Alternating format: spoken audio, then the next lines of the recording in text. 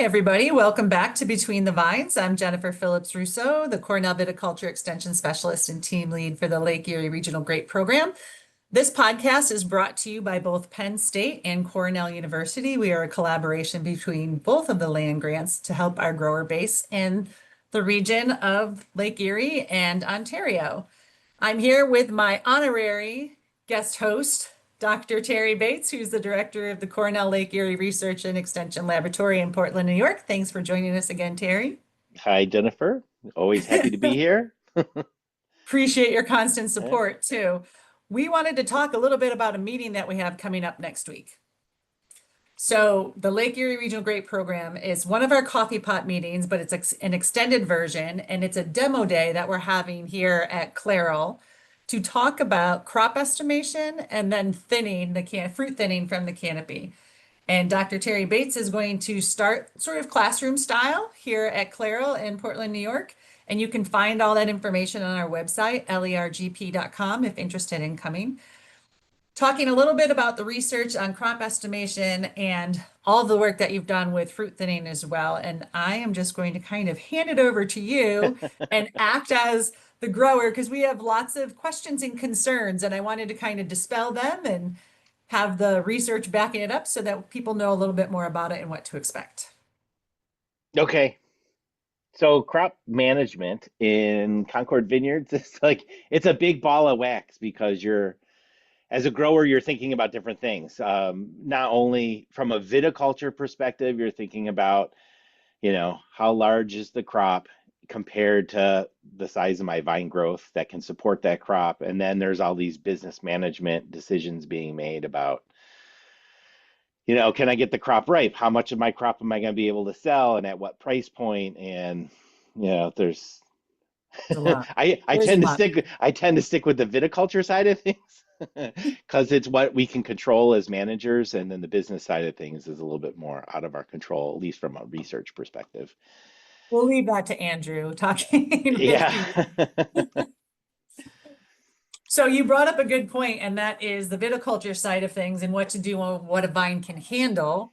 Because last year, if you've been following our podcast, you'll know that our region experienced a very heavy frost event where approximately 17,000 acres had zero to little tonnage on them, which means they were rested for an entire Yes. year. And it was a beautiful growing season last year. Yep.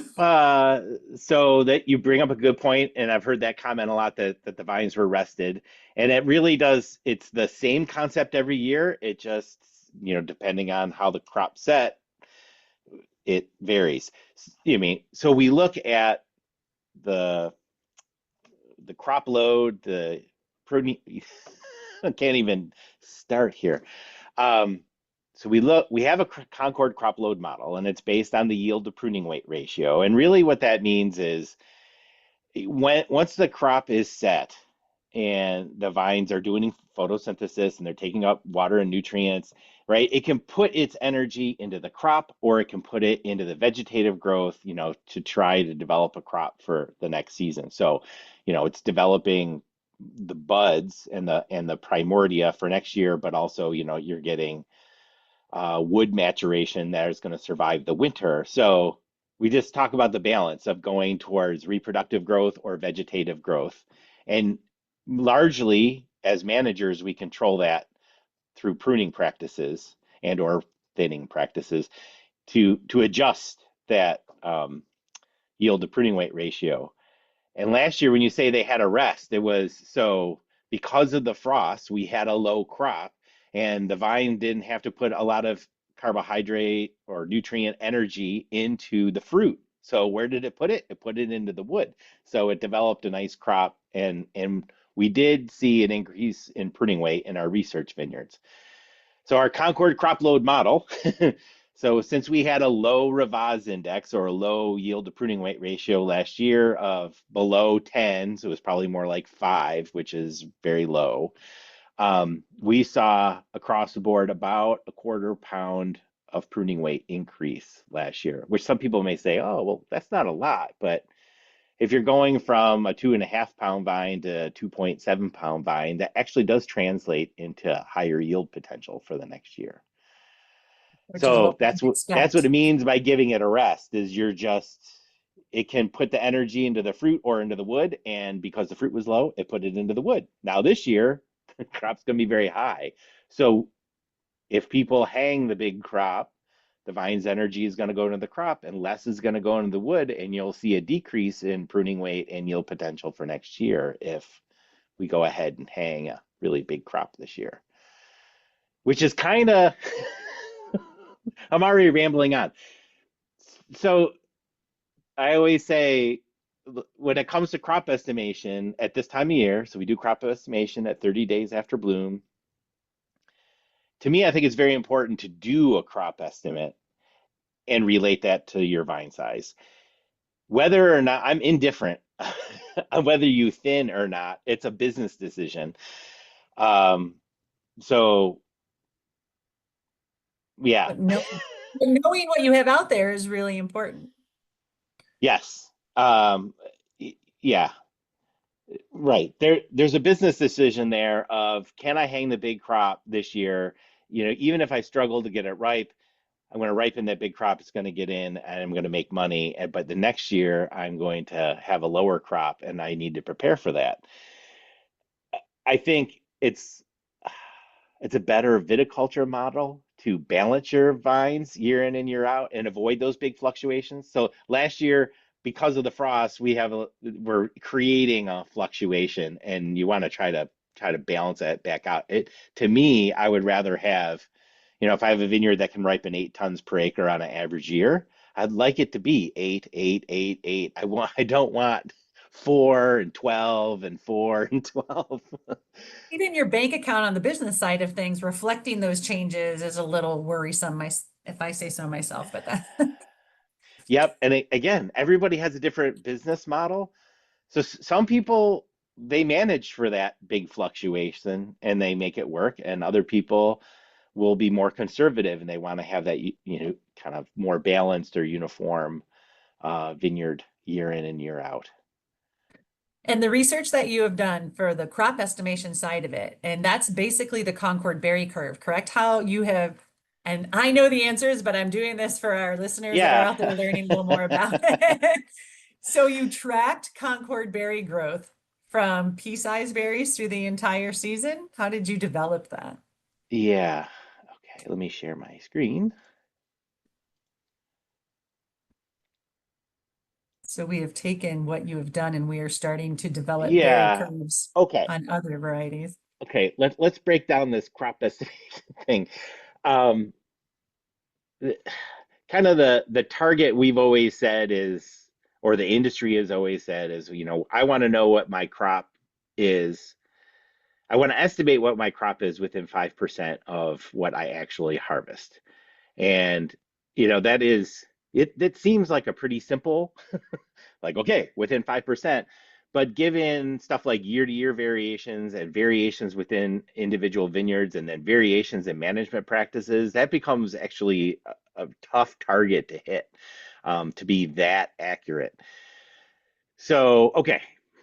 So I always break this down into two aspects of, how well am I estimating my crop on a small set of vines, and then how do I apply that across, the broader acreage of my farm, and dealing with the variation across the farm. So one is about how good is your procedure of estimating crop, and the other one is, how good are you at selecting the right sample locations that represent the variation in your vineyard, right? There's two totally separate kind of questions there. All right, so let's answer the first one. First one first. So traditionally, people will count what we call the components of yield. So if I'm looking at, what are the factors that make up yield on an individual vine, it's like, how many shoots am I going to have on a vine? And that has a lot to do with what my pruning level is. And then on those shoots, how many clusters do I have? And then how many berries do I have on those clusters? And how do those berries size up? So we talk about shoot count, shoots per vine, clusters per shoot, berries per cluster, and berry weight.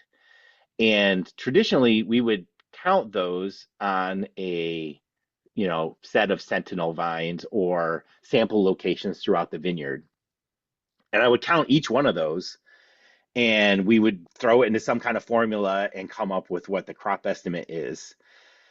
And there's a couple problems with that. One is every time you take a measurement, so if you're in the lab and you're taking measurements on, I don't know, the length of people's fingers, like, like every time somebody measures something, there's a measurement error associated with that. So if you're measuring shoot count, cluster count, and berry size, every time you measure something, you're adding just a little bit, even if you think you're super accurate in counting.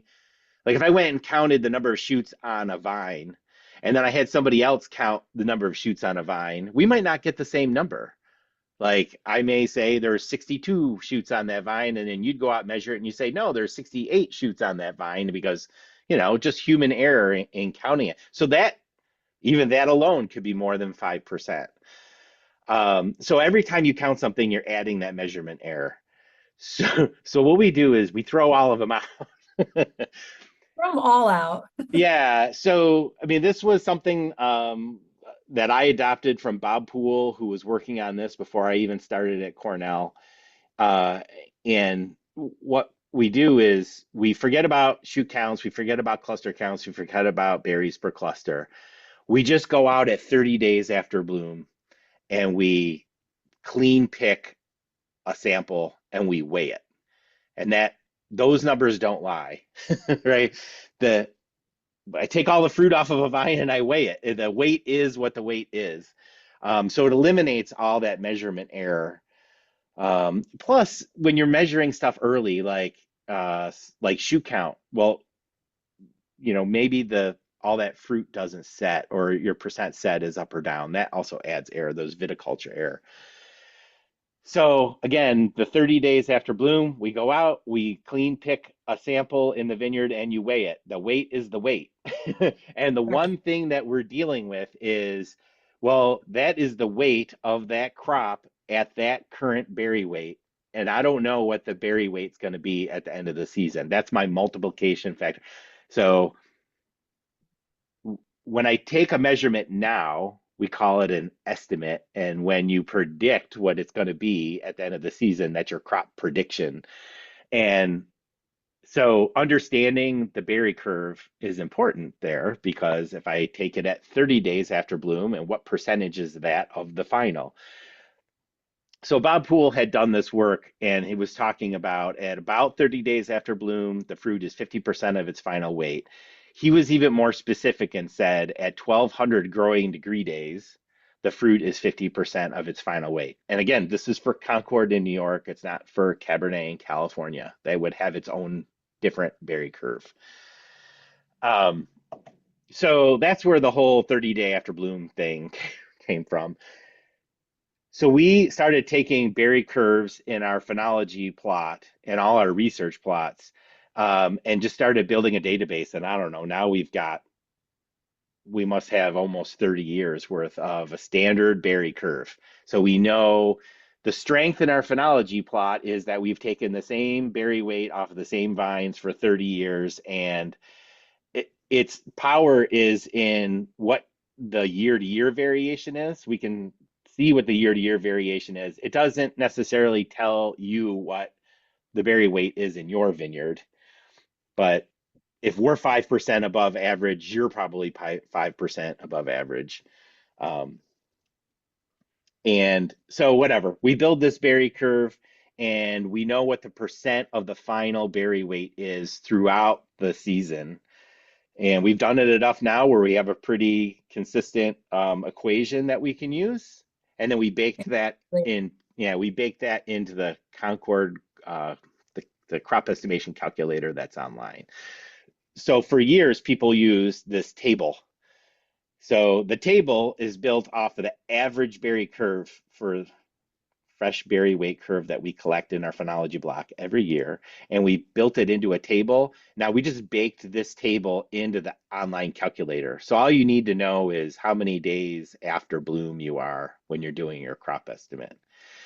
Which Well, I is just want to tell the people who are listening, sorry, that the yeah, table he's referring to, you can find that at lergp.com. Under viticulture practices, the crop estimation guide and table are there. You'll be able to find it out there if you're interested. Yeah. Sorry. Yeah. So again, we're identifying sources of error. So Mhm. one of the sources of error is this is based on like we go out every day and we rate bloom where we are at bloom in that phenology block. And so we like know exactly, and we call bloom as whatever when 50% of the flower clusters on the vine have bloom. Yep. And so like that ends up being a very specific thing. But again, when you look at it in a vineyard, it's like, well, one end of my vineyard bloomed on Tuesday and the rest of my vineyard didn't bloom until Friday. And now I'm doing crop, but what do I actually call 30 days after bloom? So that adds error. Even florets on a flower cluster bloom at different days. So like when we talk about average berry weight, it's an average berry weight. Like for us, it's we'll take 100 random berries off of a vine and we'll measure the weight. And I mean, if I say, oh, we have 1.5 on average, we have 1.5 gram berries at any particular time. Well, I could have anywhere from 1 to 2 gram berries in that sample, but the average is 1.5 because, like, again, even florets within a cluster are blooming at different dates and have different growth rates. So, again, you're playing all the averages add error. Bob Poole went with the 1200 growing degree days. Okay, who knows when 1200 growing degree days are in their vineyard or at either end of the vineyard. Or what So, block, right? or what? Yeah, I mean, all these things add air to the whole thing. So you get to this point where like, okay, we're doing the best we can, but we are still playing with averages. We've got out all the error of doing shoot counts, cluster counts, and berry counts, right? I go out and I clean pick something, I weigh it, the weight is the weight, and now I'm trying to predict what the final berry weight is going to be and add that multiplication. And I kind of have an idea based on our phenology block, our berry curve, on what that's going to be. We've also been looking at, interestingly, the growing degree days 2 weeks pre-bloom. If it's super warm and the shoots are growing really fast, we end up having smaller berries at harvest, regardless of how the rest of the season goes. I mean, people say, "Oh, well, we had this great middle of the season, and my berries should have sized up, but they didn't." And a lot of it has to do with the rounds of cell division that the berries are going through in that kind of pre-bloom bloom period. Like how is that And is those that tied to what you spoke about earlier with the allocation of do I put yeah, it into the wood or do I put it into the berries? right. So in this case, so we're at the time of the year where the vines are working off of reserves. So even though at bloom time or 2 weeks pre-bloom, you're like, oh, there's a canopy there, that canopy is really not doing a lot. I mean, it's doing photosynthesis, but a lot of the photosynthesis is going right back into shoot growth and growing bigger leaves. It's not necessarily going back to the rest of the vine. So there's a carbohydrate competition thing going on there. And if the shoots are growing really fast, it takes away from the berries. But like this year, it was cool in the 2 weeks pre-bloom, and the shoots weren't growing very fast. So the berries actually, this is my theory, that the berries go through more rounds of cell division or whatever. So we end up having bigger berries. So again, this year it was cool pre-bloom, and we are seeing about 10 to 15% above average berry weight right now, which means we're going to have, 10 to 15% above average berry weight at harvest, which is now throwing it all into everybody's crop estimate. Like, oh no, this crop is really sizing up. And I have been getting calls from growers like, have you seen the berries out there? Yeah. We are So, measuring them, by the way. okay. So that's a super, that's a really long story to say we're trying to be as good as we can be in estimating what the crop is right now on a vine or a set of vines and predicting what the crop is going to be at harvest through these predictions of how the berries are going to turn out because that's the only factor that we have to worry about is how are the berries going to size up. The second part of the whole crop estimation thing, when it comes to trying to estimate what the crop is going to be across my whole farm, is picking the right number of samples and the right location of samples, which represent my vineyard. Um, And and this is going to be different for all of the growers out there, depending on whether you use technology or not. right. So if you talk to a statistician, they will say, okay, you're trying to hit the mean of a population, whether it's people or dogs or vines, right? So you have a population of vines in your vineyard, and because they're growing in a natural environment, they're probably going to shake out in a bell-shaped curve, right? You're going to have some vines that are small and have a low crop, and some vines that are bigger with a big crop, and then you got a bunch in the middle. And if you want to estimate, as a statistician would say, if you want to sample that vineyard so that you hit the mean within 5% of the actual mean, you're going to take X number of samples. And the number of samples you need to take is dependent upon the variation in the vineyard. So the larger the standard deviation, and they have formulas for this. They say, oh, if you have a bell-shaped curve with this standard deviation, you have to take X number of samples to be confident that you're hitting the mean. And that number ends up to be so unrealistic for us. Like, you have to take 1,000 samples, and we're like, we just want people to go out and take a couple. Just go out there and do some crop estimate. And so people are not gonna, it's unrealistic to go out and take the number of samples you would need to take to estimate your crop within 5%. So we're trying to get better at it. So it used to be a random thing on a block by block basis. So like, oh, I have this block and it's a good producer, so I'm going to take 2 samples out of that block. And I have this other vineyard over here and it's a poor producer. I'll take 2 out of there, and I'll get an idea. This one has 10 tons per acre. This one has 6 tons per acre, and I make my crop estimate that way.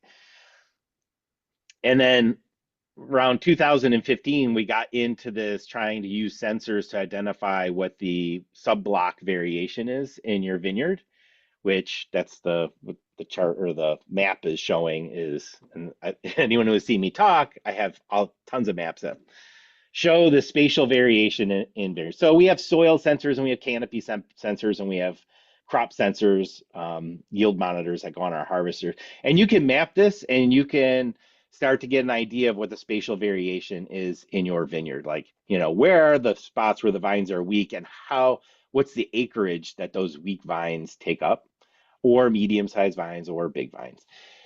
So what we've been doing, yeah, we're trying to just hone it in. So, instead of taking one sample, which is really bad, we went to random samples. And I know Bob Betts is probably going to listen to this because he always says, "Oh, I listen to your podcast." We love you, Bob. We've done a lot of this work with the Betts, and we worked with Justin Morris from Arkansas, who's doing a lot of work in vineyard mechanization. And we have done this kind of work for years. And like Bob would always he would only use rows that coincided with the year. So like in 2025, he'd only use rows that end in a 5. Just so that he wasn't crop estimating on the same rows every year. So, some of these systematic ways of getting around, trying to get a good sample in your vineyard. Well, now with all these sensors, we found that our bloom or immediate pre-bloom NDVI scan of our vineyard, that pattern related best to our yield pattern at harvest when we measured it with yield monitor. So very simply, we go out, a week before bloom, and we use our NDVI sensor and get a pattern like this in the vineyard, and then we sample against it. We stratify samples against that pattern. So I take so many in the low, so many in the medium, and so many in the high, and then I can give a weighted average. So, if my poor producing vines at, I don't know, 5 tons per acre make up 60% of my vineyard, I can put that in the estimate. And then if my big vines with 12 tons per acre are only 10% of my vineyard, I can do a weighted average so that I can come up with a more accurate total estimate at the Which, end. by the way, for the listeners, that is what the Betts family does now. Yeah. So and you don't even have to use sensor. I mean, there are Yeah. growers who know their vineyards well enough that they know where the different variation is in their vineyard and they can sample against it. I think the important thing is to go out and sample your vineyard and get a good crop estimate. So, Right. And so we're going to really, actually show how to do that at the meeting on yeah, Wednesday. yeah. Sorry, I'm rambling already. No, no, you're doing great. I love when people know why. It's good to know why we are having a meeting and what it's all about and how Yeah. we arrive to the importance of it. So thank you Right. for that. So really, it comes down to two things. One is am I doing the procedure the right way, which is I go out and I clean pick vines and then I predict what the final berry weight's going to be and add some multiplication factor. And then the second one is how do I take the best sample of my vineyard that represents the spatial variation in my vineyard? And Um, then once you have that, let's say that holy cow, there's a lot out there. And bloom was, around average. We were hoping it was going to be earlier this year, but you had that cool down period before it happened. So now we don't have 3 extra days to ripen an extra ton. So yeah, what now we have to make some management decisions on fruit thinning or not, and the benefits of doing so. right. Okay, so I will talk about this from a viticulture perspective, not a business management Not a perspective. business. We will comment on the business, but so viticulturally, we want vine balance, which is we want 15 pounds of fruit per pound of pruning weight, which is kind of our magic number 15. That means we have a Ravaz index of 15. What does that mean? That means I will get my fruit ripe this year and I will ripen enough wood to come back with the same crop next year. So I kind of define balance is I get my crop ripe and I have no change in pruning weight for the next year. So if I have a 2 pound vine and it runs 8 tons per acre, that's my magic number of 15. That should get ripe and I should come back with another 2 pound vine next year. And so that's kind of our magic number. But that's a moving target. So it's a moving target from year to year, and it's a moving target from like we talk about vineyard variation. So different parts of your vineyard. I mean, you're at different places on this chart. So this chart is saying when are the vines undercropped, when are they overcropped, and when are they balanced? And the kind of the balance line that runs through the middle is the 15. So 15 pounds of fruit per pound of pruning weight. So if I have a 3 pound vine at about 12 tons per acre, that's technically considered balanced. So some people are out there and they're like, oh, I got 12 tons per acre this year. I'm ever going to get it ripe. It's like, yes, if you have really large vines that have a good canopy, yes, you could probably ripen it and you should not lose any pruning weight. And even if you do, you might lose a quarter pound to a half a pound of pruning weight, and you're still going to have 2.5 pound vines next year. But that is the best case scenario where I'm a really good grower. My vines are very healthy. They have plenty of water. I'm also not overfilling the canopy. Like I'm not growing 6 pound vines where it's just a big shade machine. So if I have like the optimum situation where I have 80 to 100% canopy fill with leaves, plenty of water, plenty of nutrients, and I have 12 tons per acre, according to this chart, you should be able to hit a revised index of 15, get them ripe, and still have a 2.5 to 3 pound vine next year. But I would say 90% of our industry is not in that situation. I could probably name the growers who Do do have that. this situation. um, and whatever they're all the growers that we look towards and say wow, how can they do that year in and year out? Most of us, for various reasons, whether that's soil type or water or phylloxera or overcropping, like we don't have vines that are that big. Right. You have 2 pound vines or less, probably mostly somewhere between 1 and 2 pound vines in a lot of our vineyards. So a 2 pound vine at 8 tons per acre should be balanced, and a 1 pound vine at about 4 tons per acre should be balanced. Uh, Tons per but acre on a 1 pound vine. yeah, so what did I say? Oh yeah, that So is what you said. yeah, if I have say I have a I have a vineyard and it's averaging 1.5 pound vines, and I suddenly have 10 tons per acre crop estimate this year. So I go out next week and yeah, I clean pick my fruit. I use the online calculator that we built, and you say, holy smokes, I have 10 tons per acre out there, and my vines can't support it. This is the I have more fruit than leaves Yeah. situation. What do I do? So that would be a case where I would want to thin it from 10 down to, 8 or 7 tons per acre. So in that case, you're probably going to get, we say roughly 2 to 3 tons per acre equivalent.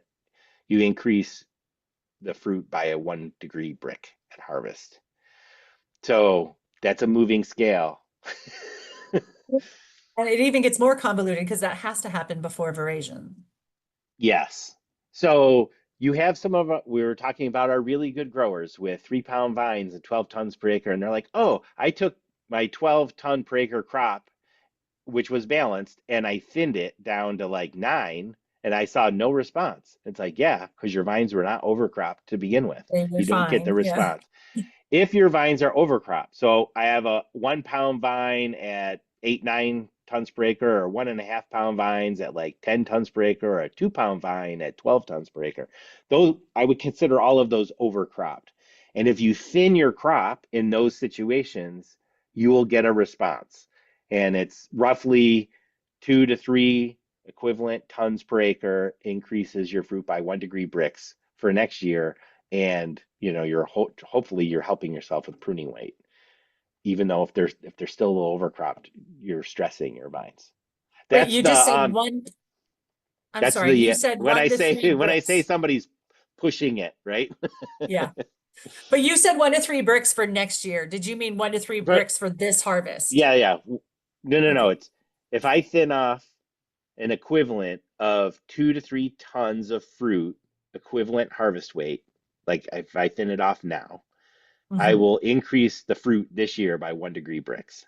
1 degree bricks. So say I was going to have 10 tons per acre at 15 bricks, and then if I thin that down to like 7 or 8 tons per acre, I'm going to have what I say 15. 15, you're gonna have I'm going to raise 16. it. I'm going to raise it to 16, Okay. and That then makes sense. Yeah. yeah. So, I mean, we've gotten comments before where, oh, I thinned the fruit off and I got no response. Well, you probably had big, healthy vines that did not need to be thinned. And then I had other people were holy smokes, I took off 2 tons per acre and I got more than a brick difference. And those are the ones that were probably really stressed out, One right? pound The more vines. stressed the more overcropped the vines are, when you thin, the better the response ends up being. So maybe we can talk a little bit about, for people who are listening, like go all the way back to what is thinning. So thinning is ultimately taking fruit off of that vine to help it. And how do you do that? Right. A lot of picking and weighing is what it comes down to. So, okay. So again, we go out at 30 days after bloom. I clean pick some vines and weigh it. So I mean, if I have an equivalent of 10 tons per acre out there, or what would be like 5 tons per acre now, I take that all off. I measure it, and it is what it is. Now I'm like, oh, but now I want to take off a little bit. So everyone's vineyard is different. Everyone's vineyard is at a different growth stage. Everyone's harvester is different. Everyone's harvester setup is different. Every harvester driver is different. This all adds to there is no one cookbook recipe. So it does take picking and weighing. So our typical procedure is when we do our crop estimate, we'll do 1% of an acre. You don't have to. You clean pick 1% of You an clean acre. pick 1% of an acre, which turns out to be at a 9 by 8 spacing about 6 vines. And so we'll take 6 vine increments and we'll dial down our harvester. So some people like pinch the bow rods in. Some people, they want to take the bow rods out. Some people remove the top 2 bow rods, and because they don't want to hit the vine where the canes insert into the cordon. I mean, For as many growers that are out there, there's a that many different procedures for doing the thinning. So, and next week I haven't broken them out, but next week I'll show you what we do at the lab. The last time we thinned, I saved all those numbers and how we had the harvester set up, and I'll probably just say, yep, this is what we used last time and it worked. And we'll start there. And the best way to do it is you thin off some fruit, um, and you weigh it, and you change your machine setup, you thin off a little bit, you go down another section, thin another 6 vines, weigh it, until you get you get your machine set up the way you want for that vineyard, and then you can go and do the rest of the vineyard. And we're going to go over all of this next week and try to ease people. So I'll just preface by saying we've been talking at all of our coffee pot meetings about this meeting coming up. It's July 16th at the Cornell Lake Erie Research and Extension Laboratory in Portland, New York, from 9 to noon if you're interested in joining us. And I have asked people how many people actually thin your fruit knowing that you're overcropped. And not everybody's hand goes up. And then I'll say, so why don't you thin your fruit? And everybody has something about, oh, I tried it once. It was a disaster. I vowed never to do it again. And that's not what we want viticulturally for your vines and having a balanced vine. We want to be able to support your efforts, the growers out there, with the research that Terry has done so that you feel more confident in doing this to have those balanced vines. The entire reasoning behind having this meeting next week. Yeah.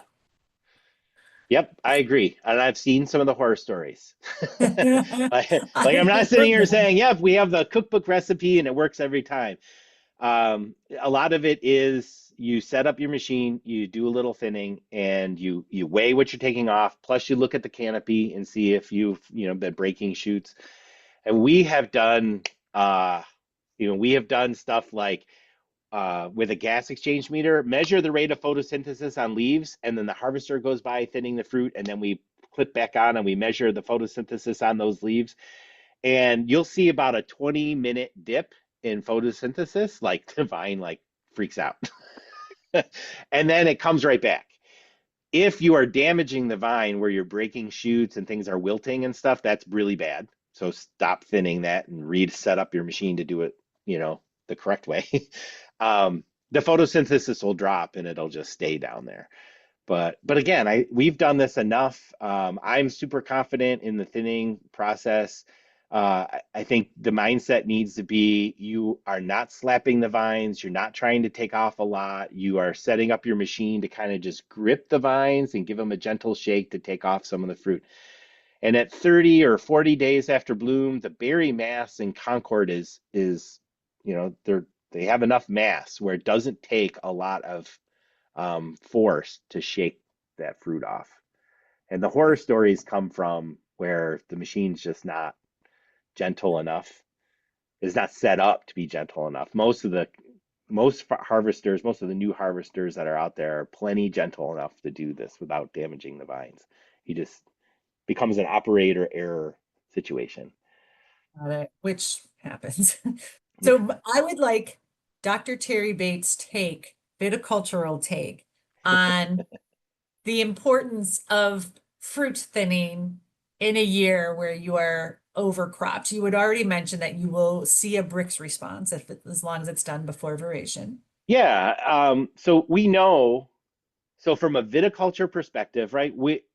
People around the world, they want to maintain vine balance. I mean, everyone talks about it. Yeah. Because it gets the fruit, gives you the desired fruit quality that you want, and it gives you the desired vine growth that you want to come back with a sustainable crop for the next season.